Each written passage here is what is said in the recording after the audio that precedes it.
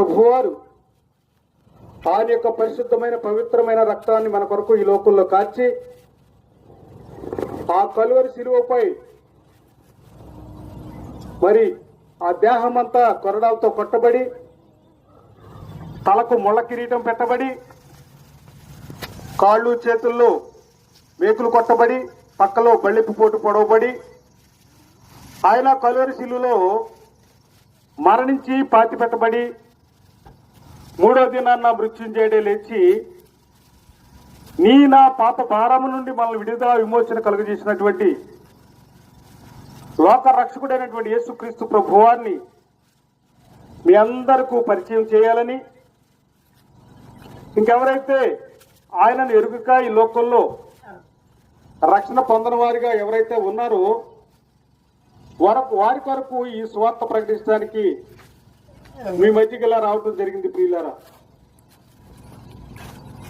ప్రతి మనిషి కూడా ఈ లోకాన్ని చూస్తూ ఈ లోకం తర్వాత ఈ జీవితాన్ని ఎలా జీవించాలో అని క్యాల్కులేట్ చేసుకుంటా ఉన్నాడు. కానీ మనిషి జీవితం అంతలో కనపడి ఇంతలో మాయమైపోయే జీవితం అని తెలియని భ్రమలో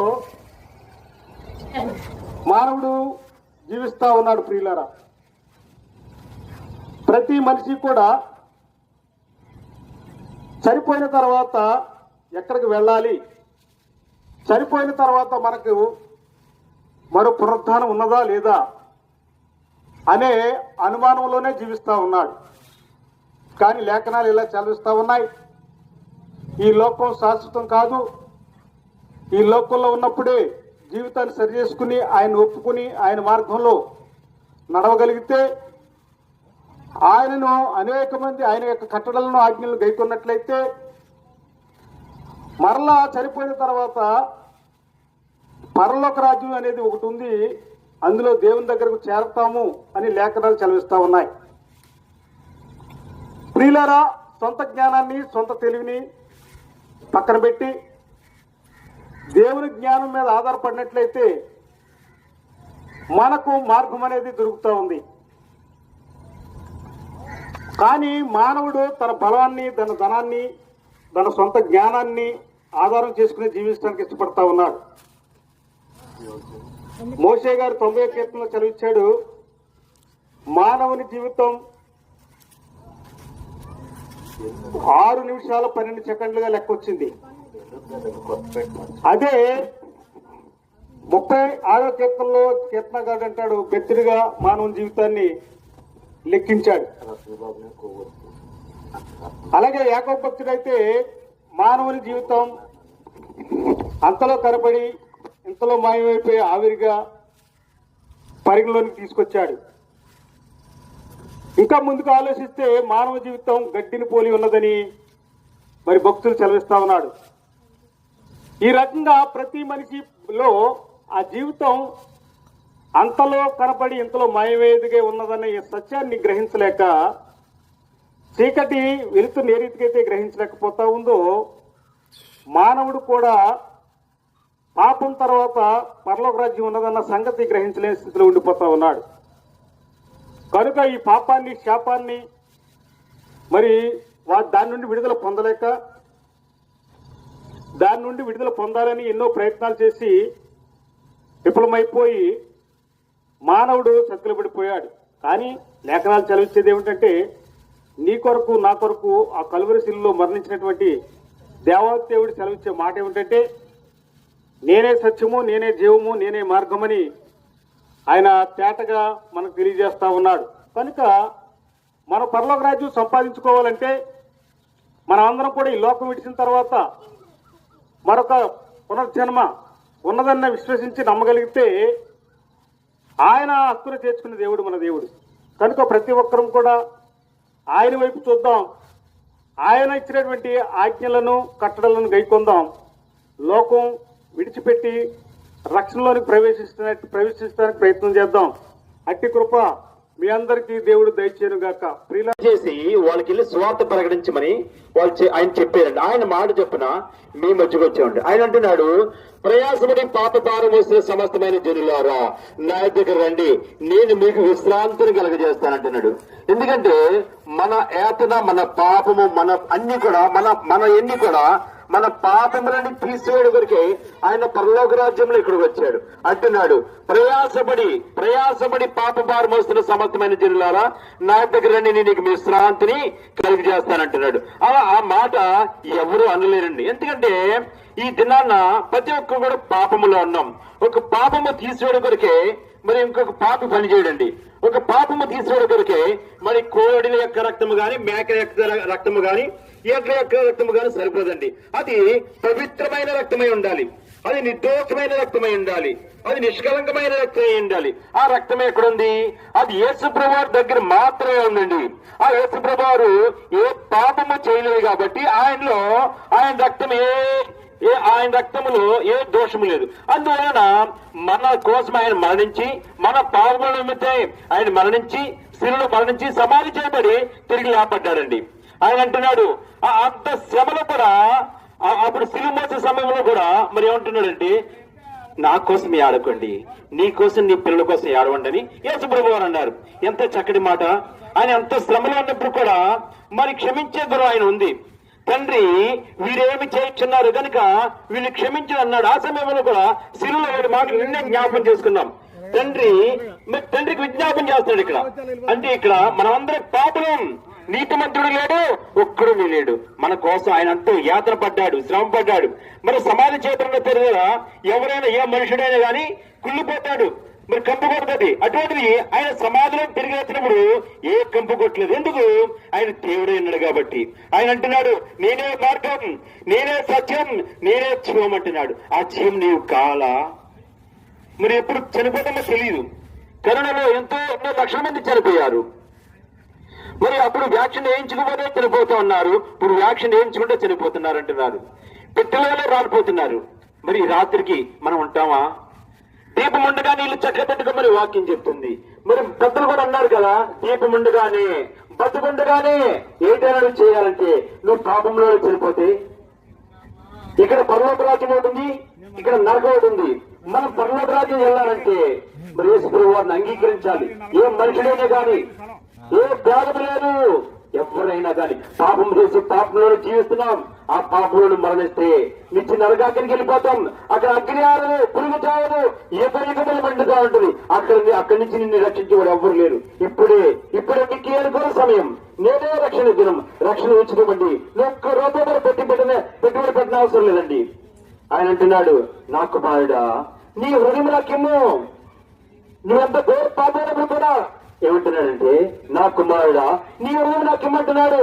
మనం అయితే చెడువతో సహవాసం చేయం, ఒక తాగుబోతో సహవాసం చేయం, ఒక వ్యభిచారితో సహవాసం చేయం, ఒక దొంగతో సహవాసం చేయం.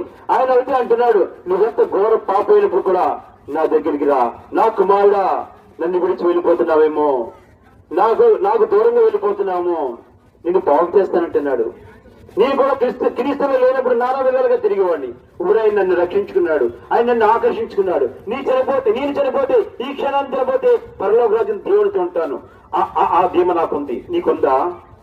ఇప్పుడే మిక్కిలి అనుకోవాల్సిన సమయం.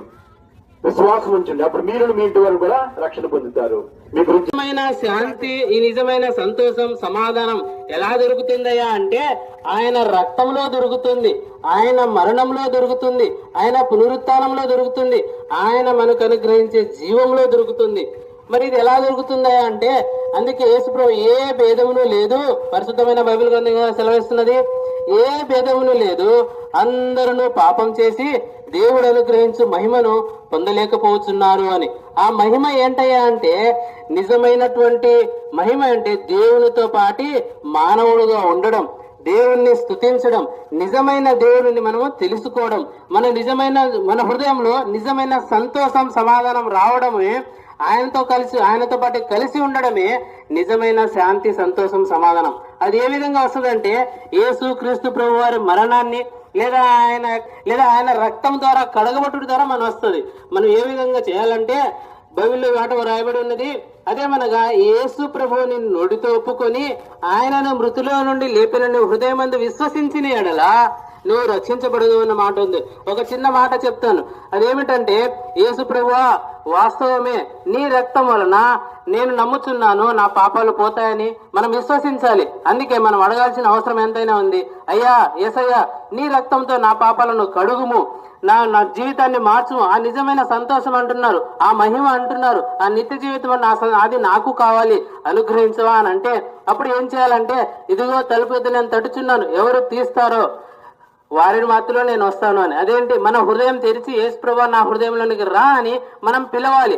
మా అమ్మని అడగనిదే అమ్మ కూడా బువ్వ పెట్టదు అంటారు కదా. ఆ విధంగా మనం అడిగితే యేసు ప్రభు మన హృదయంలో వేస్తాడు.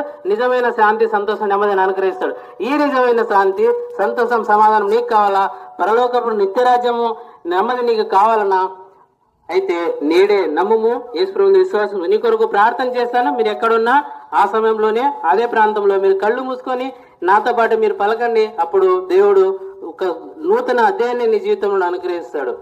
యేసయ్య ఈ సమయం బట్టి వారు ఆయన రక్తం గురించి, ఆయన సిలువ మరణం పునరుద్ధానం గురించి మరి చెప్తా వస్తా ఉన్నారు. మరి ఎందుకు ఇలా చెబుతున్నారు? మరి యేసుక్రీస్తు వారు మరి ఈ రోజు ఏం చేసినాడు? మరి ఈస్టర్ అంటే ఏంటి, గుడ్ ఫ్రైడే అంటే ఏంటి, మరి ఏంటని మీరు ఒకసారి ఆలోచించి ఉంటారు. అయితే దీని గురించి ఒకసారి ఆలోచించినట్లు దాని గురించి ఆ యొక్క దేవుడి ప్రేమను, ఆ యొక్క దేవుడి గురించి మీకు తెలియజేయడానికి మన గ్రామానికి వచ్చి ఉన్నామండి.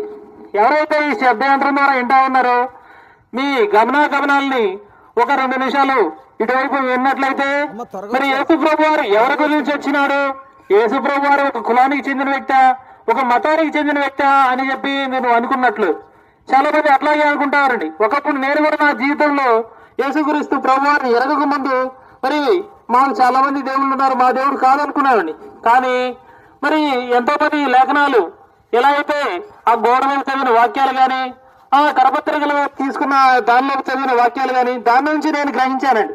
యేసుక్రీస్తు ప్రభువారు ఒక మానవుడి కోసమే మరి ఆ యొక్క పరలోకం నుంచి భూమిలోకి దిగివచ్చి ఆయన చిందించిన ఆ యొక్క రక్తం ద్వారా ప్రతి పాపంలో కడగబడి మరి ఏదైతే హృదయంలో శాంతి సమాధానం లేకుండా ఎంతమంది ఉంటారో వారి యొక్క హృదయంలో శాంతి సమాధానం కలుగుతూ ఉంటది. నేను గ్రహించిన ఆ యొక్క సత్యాన్ని, నేను ఎట్టి సంతోషాన్ని అయితే కలిగి ఉన్నానో, మరి మేము ఎంతమంది ఇక్కడికి వచ్చినామో వారందరూ నిరీక్షణ కలిగిన వారం, మరి యేసు ప్రభు వారిలో నిత్య శాంతం కలిగిన వారం. మేమందరం కలిగి ఉన్న దానిని మరి మీకు కూడా చెప్పాలని అట్టి ఆశతోని, అట్టి ప్రేమతో మన గ్రామానికి వచ్చినాం. మరి నశించిపోయిన ఆత్మలను యేసుక్రీస్తు ప్రభువారు ఆనాడు వెతికి రక్షించినాడు. ఆనాడు 2025 సంవత్సరాల క్రితం అండి యేసుక్రీస్తు ప్రభువారు ఆయన యొక్క జన్మ పునరుద్ధానం ప్రతిదీ మరి మీరు కానీ మరి మీకు తెలుసుకోవాలని ఆలోచన కలిగినట్లయితే మరి లేఖనాలు సెలవిస్తా ఉన్నాయండి. యేసు ప్రభువారి గురించి ప్రతిదీ రుజువులతో, ఆధారాలతో ఉన్నాయండి. మీకు ఏదైనా ప్రశ్న కానీ ఉన్నట్లయితే మరి ఆ యొక్క బైబిల్ చదవచ్చు. మీ యొక్క ఆలోచనలు దానిలో మరి పంచుకున్నట్లయితే యేసు ప్రభువారు ఆయన యొక్క పునరుద్ధానం, ఆ యొక్క మరణం గురించి, ఆయన యొక్క రక్తం గురించి, పాపక్షమాపణ గురించి చెప్తా ఉన్నారు. మరి మేము కానీ తెలుసుకున్నాం. మరి మీరు కూడా తెలుసుకోవాలని అట్టి ప్రేమను మన గ్రామంలోకి తీసుకొస్తా ఉన్నాడు. మా ప్రియులు ఎంతో మంది మీ మధ్యలో ఉంటా ఉన్నారు. వారి చేతిలో కరపత్రికలు ఉన్నాయి. మరి భక్తి అంకుల్ గారు మరి ఆయన సాక్ష్యాలు కూడా ఉన్నాయండి. మీరు ఎంతమంది తీసుకున్నారో మరి దాన్ని చదివితే మరి మీరు కూడా నిజమైన రక్షకుడు యేసుక్రీస్తు ప్రభువారిని తెలుసుకోవాలని మా యొక్క ఆసక్తి అండి. మరి మీరు చదివి మీ యొక్క ఇంకా అధికంగా తెలుసుకోవాలి. ఏదైనా డౌట్లు కానీ ఉన్నట్లయితే దగ్గరలో మరి గాడ్ సర్వెంట్ అని ఉన్నాడు. మరి దగ్గరలో మందిరం కూడా ఉన్నది. మారుతి నగర్ సిర్రా రామ్ గారి దగ్గర, సిర్రా రామ్ గారి యొక్క గృహంలో ప్రార్థన మందిరం జరుగుతుంది. యెరూషలేం ప్రార్థన మందిరం రేపటి రోజు ఆదివారం. మరి మీరు ఎవరైనా తెలుసుకోవాలంటే దగ్గరలో ప్రార్థన మందిరికి రావాల్సిందిగా మనవి. శబ్ద యంత్రం వైపు ఉంచవలసిందిగా మిమ్మల్ని ప్రేమతో బతిమలాడుతూ ఉంటున్నాం. పరిశుద్ధ గ్రంథం బైబిల్ ఈ విధంగా తెలియజేస్తా ఉంటుంది. ఒకని తల్లి వాని ఆదరించినట్లు నేను మిమ్మల్ని ఆదరించదను. పరిశుద్ధ గ్రంథం బైబిల్ తెలియజేస్తా ఉంటుంది. ఒకని తల్లి వాని ఆదరించినట్లు నేను మిమ్మల్ని ఆదరించదనను. పరిశుద్ధ గ్రంథం బైబిల్ తెలియజేస్తా ఉంటుంది. ప్రియమైన వాళ్ళారా, తల్లి బిడ్డను ఏ విధంగా ఆదరిస్తారో దేవుడు కూడా మిమ్మల్ని ఆదరిస్తాడని సెలవిస్తా ఉంటున్నాడు. చింటి పిల్లడు ఉన్నాడు, తల్లి ఉంది. ఎప్పుడైతే చంటి పిల్లడు ఏడుస్తాడో తల్లి దరికి తీసుకున్నప్పుడు ఆటోమేటిక్ గా ఏడుపు ఆగిపోయేదిగా ఉంటున్నది. ప్రియమైన వాళ్ళారా, భూలోకంలో మనుషులు కూడా వాళ్ళ జీవితంలో బయటికి చెప్పలేక హృదయంలో అంతరంగంలో కొందరు బయటికి కూడా ఏడుస్తా ఉన్నారండి. కారణం ఏంటంటే నెమ్మది లేదు, కారణం ఏంటంటే సమాధానం లేదు, కారణం ఏంటంటే జీవితం ఇంతేనా అని నిరాశతో నిస్పృహతో కొట్టిమిట్లు ఆడుతూ ఉంటున్నారు. మనం ఎందుకు పుట్టామో భూమి మీద వాళ్ళకి అర్థం కాని పరిస్థితి, ఏం చేస్తున్నారో అర్థం కాని పరిస్థితి, ఏమి చేసినా జీవితంలో తృప్తి లేదు.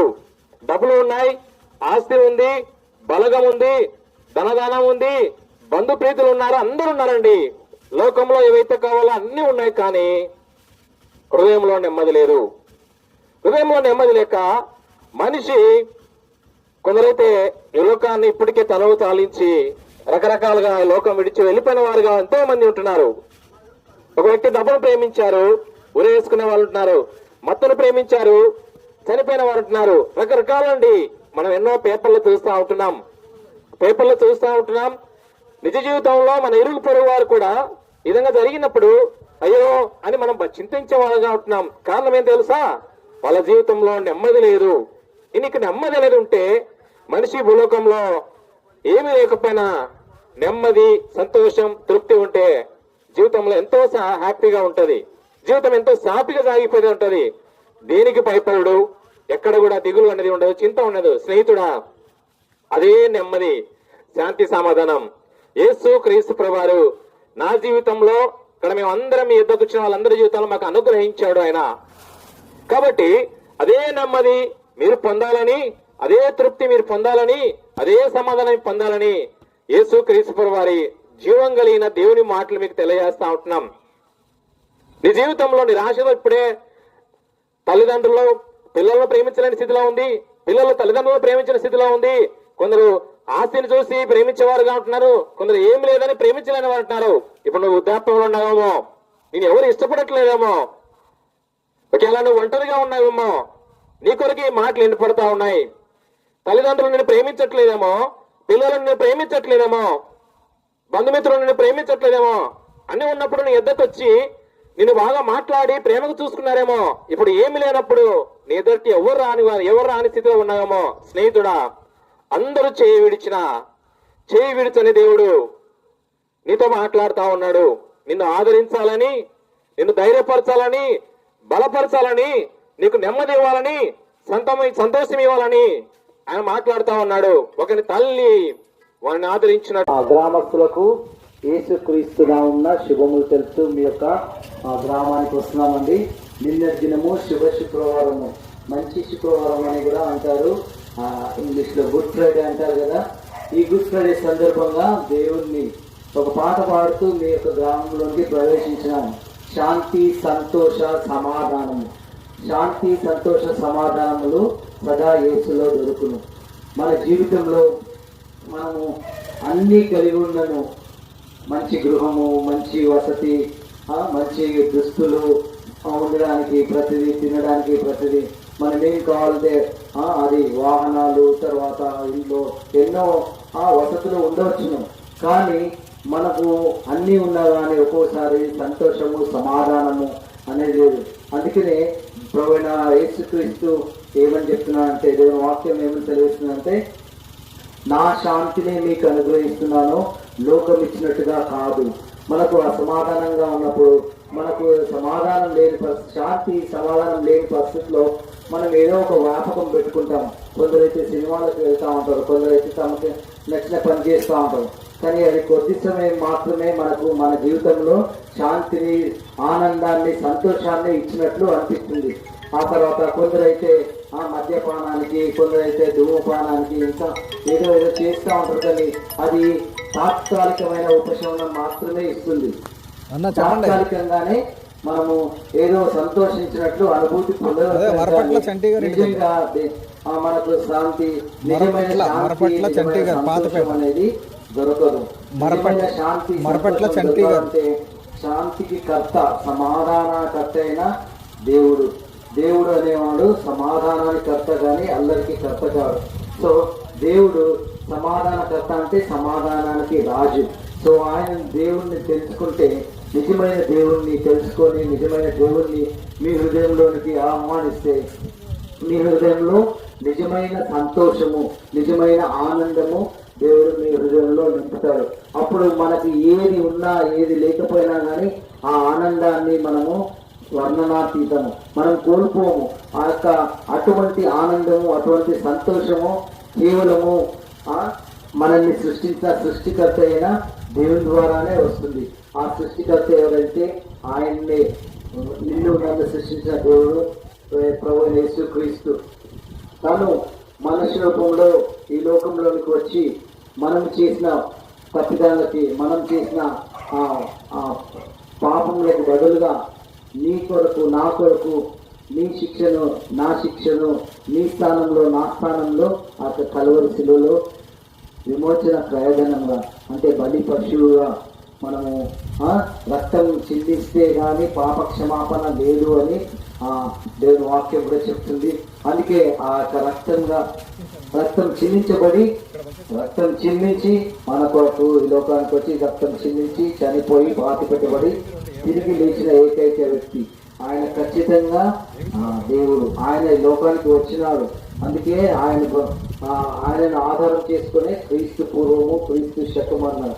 అందుకే ఎప్పుడైతే నిజమైన దేవుని మీరు అంగీకరిస్తారో అప్పుడు మీ యొక్క హృదయంలో దేవుడు వచ్చాడు, మీకు శాంతిని, సంతోషాన్ని, సమాధానాన్ని నింపుతాడు. తద్వారా మీ యొక్క జీవితము ఈ లోకంలో జీవించిన రోజులు శాంతియుతంగా, సమాధానంగా, సంతోషంగా సాగుతుంది. ఈ లోకాన్ని విడిచిపెట్టిన తర్వాత కూడా దేవుని దగ్గరికి వెళ్తాము. అక్కడ పరలోకంలో కూడా మన సమాధానకర్తతో సంతోషంగా, సమాధానంగా ఉంటాం. ఇంకా ఈ యొక్క శాంతి సమాధానకర్త అయిన దేవుని గురించి తెలుసుకోవాలంటే ఈ యొక్క అత్యంత గౌరవనీయులైన వాదలగుంట గ్రామస్తులకు యేసుక్రీస్తు ప్రభు నామములో సాయంకాలమున మీకు శుభాభివందనాలు తెలియజేస్తున్నామండి. ఈ రీతిగా పాటలు పాడుకుంటూ మీ వీధిలోనికి, మీ ఇంటి ముందుకు ప్రభు యేసుక్రీస్తు వారి యొక్క నామమును ప్రకటించుటకు, ప్రభు యేసుక్రీస్తు వారు భూమి మీద శరీరధారిగా ఉన్నప్పుడు ఏదైతే ఆయన ఆజ్ఞాపించారో, ప్రకటన చేస్తూ వచ్చారో అదే మాటలు గ్రామస్తులైన మీకు, మా స్వభాష స్వదేశులైన మీకు తెలియచేయడానికి మేము ముందుకు వచ్చి ఉన్నాము. పరిశుద్ధ గ్రంథమైన బైబిల్ ఈ రీతిగా సెలవిస్తూ ఉంది. పరిశుద్ధ గ్రంథం బైబిల్ ఈ రీతిగా సెలవిస్తూ ఉంది. యేసుక్రీస్తు అందరికీ ప్రభువు. యేసుక్రీస్తు అందరికీ ప్రభువు. యేసుక్రీస్తు అందరికీ ప్రభు అని దేవుని యొక్క పరిశుద్ధ గ్రంథంలో రాయబడుతూ వచ్చింది. ఎందుకు ఆయన అందరికీ ప్రభు అంటే, ప్రియమైన సహోదరుడా, సహోదరి, ప్రియమైన స్నేహితులారా, యేసుక్రీస్తు అందరినీ ప్రేమించిన దేవుడు.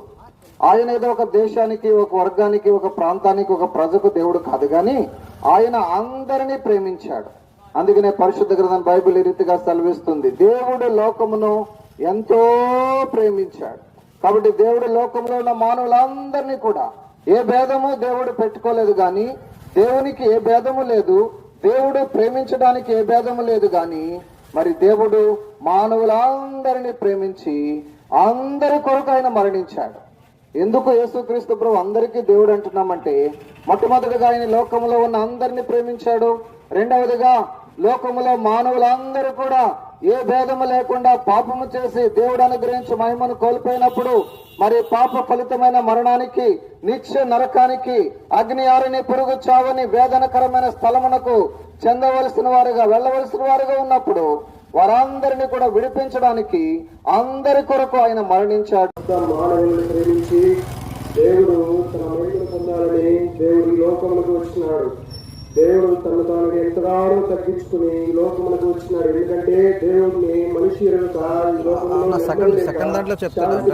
సమాధానం లేక నశించిపోతున్న మానవుడి కొరకే దేవుడు ఎంతగానో తగ్గించుకుని ఈ లోకములకు వచ్చినాడు. ఎందుకంటే ప్రతి ఒక్కరూ దేవుడు ఎరిగి, ఆ దేవుడిని ఎరిగి, ఆ యొక్క సృష్టికర్తను ఎరిగి, ఆయన విశ్వాసం నుంచి ప్రతి ఒక్కరూ శాంతి, సమాధానం, సంతోషాన్ని పొందాలని దేవుడు నరరూపిగా ఈ లోకానికి వచ్చినాడు. మీరందరూ ఎవరైతే ఈ రీతిగా ఆయన విశ్వాసం ఉంచుతారో ఈ రీతిగా సంతోషం, సమాధానం, నెమ్మది ఇవన్నీ కలిగి ఉంటారు. ఎందుకంటే ఒకప్పుడు మా జీవితాల్లో కూడా ఈ రీతిగా నెమ్మది లేక, సంతోషం లేక తిరుగులాడుతున్నప్పుడు ప్రభు ఎరిగి నా జీవితంలో నేను ఎరిగి శాంతి, సమాధానం పొందిన మాత్రమే కాకుండా ఈ లోకంలో ఇచ్చినప్పుడు ఆయనతో కూడా సదాకాలం ఉండే గొప్ప నిరీక్షణ నేను కలిగి ఉన్నాను. ఆమె నువ్వు కూడా ఆ ప్రభువుని సృష్టికర్తను ఎరిగి ఆయన విశ్వాసం ఉంచి ఆయన ఎందు నమ్మకం నుంచి రక్షణ పొంది ఆయనతో పాటు ఈ లోకాన్ని విడిస్తే ఆయనతో పాటు నువ్వు ఉండాలని దేవుడు యొక్క ఉద్దేశం కలిగి ఉన్నాడు. ఆ రీతిగా నువ్వు కూడా దేవుడు నమ్మి ఆయన ఎందు విశ్వాసం ఉంచి సంతోషించి ఈ లోకంలో నెమ్మది పొందిన వాడవై ఈ లోకాన్ని విడిచిన తర్వాత కూడా ఆ పరలోకంలో ప్రభుత్వం కూడా ఉండే భాగ్యం నీకు కూడా దేవుడు అనుగ్రహిస్తాడని నేను కూడా చెప్పగలుగుతున్నాను. ఈ కొన్ని క్రీస్తు ఎలా సెలవిస్తా ఉన్నారు, ప్రయాసపడి భారం మోసుకొని పోతున్న సమస్త జనులారా నా యొద్దకు రండి, నేను మీకు విశ్రాంతినిస్తానంటున్నాడు. కాబట్టి మానవులు ఎన్నో ప్రయాసములతో నెమ్మది లేక, శాంతి లేక, సమాధానం లేక ఉంటున్నారు. ఉండటానికి ఉన్నా, తినడానికి ఉన్నా, అన్ని ఉన్నా మానవుడి హృదయంలో నిజమైన శాంతి, సమాధానం లేదు. అది ఇవ్వటానికి యేసుక్రీస్తు వారి లోకానికి వచ్చినాడు. నేను కూడా భయంకరమైన పాపంలో జీవించినాడు. నెమ్మది లేదు, శాంతి లేదు, సమాధానం లేదు, హృదయంలో కలవరం. ఒక్కొక్క దినాన నేను చనిపోవాలనిపించేది, హృదయంలో నెమ్మది లేక. ప్రభు యేసుక్రీస్తు వారు ప్రభు సెలవిస్తూ వచ్చారు, నీ పాపముల కొరకు నేను మరణించినాను, నువ్వేమి అగాయిత్యం చేసుకోవద్దు, నువ్వేమి ఆత్మహత్య చేసుకునే అవసరం లేదు, నీ కొరకు నేను చనిపోయాను. ఆ కలవరి శిలువలో చేతులలో మేకులు, కాళ్ళలో మేకులు, తలకు ముళ్ళ కిరీటము, శరీరం అంతా నాగరచాల దున్నబడి నీ కొరకు నేను మరణించినాను. కాబట్టి నువ్వు మరణించాల్సిన అవసరం లేదు. కాబట్టి నీ కొరకు నేను మరణించినాను, నీ పాపల కొరకు మరణించినాను, నీ సమస్యల కొరకు మరణించాను, నీ మనోవేదన కొరకు, నువ్వు చేసిన ప్రతి పాపము కొరకు, నీలో ఉన్న ప్రతి కలవరము తీసివేయడానికి కొరకు, నేను అన్నిటి కొరకు నేను శిలువలో మరణించినాను. నా కుమారుడా నువ్వు చనిపోవని అవసరం లేదు అన్నారు. అప్పుడు కాడి నుంచి ప్రభు దగ్గరికి వెళ్ళాను. హృదయం ఎంతో నెమ్మది, ఎంతో సంతోషము. 2010వ సంవత్సరంలో ప్రభు యేసుక్రీస్తు దగ్గరికి వెళ్ళాను. ప్రభు యేసుక్రీస్తు దగ్గరికి రాకమునుపు హృదయంలో శాంతి లేదు, సమాధానం లేదు, నెమ్మది లేదు, ఆనందమే లేదు. ప్రభు దగ్గరికి వచ్చిన తర్వాత హృదయం ఎంతో సంతోషము, నెమ్మది ఇచ్చినాడు. ప్రియమైన వారులారా, ఈ సంతోషము, ఈ సమాధానం అందరికీ ఇవ్వాలని ప్రభు మమ్మల్ని పంపిస్తూ వచ్చినాడు. మేము అసలపేట నుంచి వచ్చినాను. ఇక్కడ ఉన్నవారందరూ హైదరాబాద్ నుంచి చాలా దూరం నుంచి వచ్చినాం. ఎందుకనంటే మేము పొందిన ఈ గొప్ప సంతోషాన్ని, సమాధానాన్ని మీకు పంచాలని. ఈ లోకంలో నువ్వు ఎక్కడికి వెళ్ళినా నిజమైన శాంతి లేదు. ఉండటానికి అనేకమైన ఉన్నాయి, కోట్ల ఆస్తి ఉన్నా నిజమైన శాంతి లేదు, మానవుడికి నెమ్మది లేదు, ఆనందం లేదు. ఒక్కొక్క దినాలైతే రాత్రి 3-4 గంటల దాకా నిద్ర లేని పరిస్థితి ఉండేది. నా జీవితంలో నెమ్మది ఉండేది కాదు. అలాంటి జీవితం నుంచి ప్రభు నన్ను విడిపించినాడు. కాబట్టి ఆ సంతోషాన్ని, నేను పొందుకున్న సంతోషాన్ని మీకు కూడా పంచాలని ప్రభు పేరట మీ దగ్గరకు వచ్చిన ప్రియ స్నేహితులారా, నీ హృదయంలో శాంతి లేదా, సమాధానం లేదా, నెమ్మది లేదా, ప్రభు దగ్గరికి రా.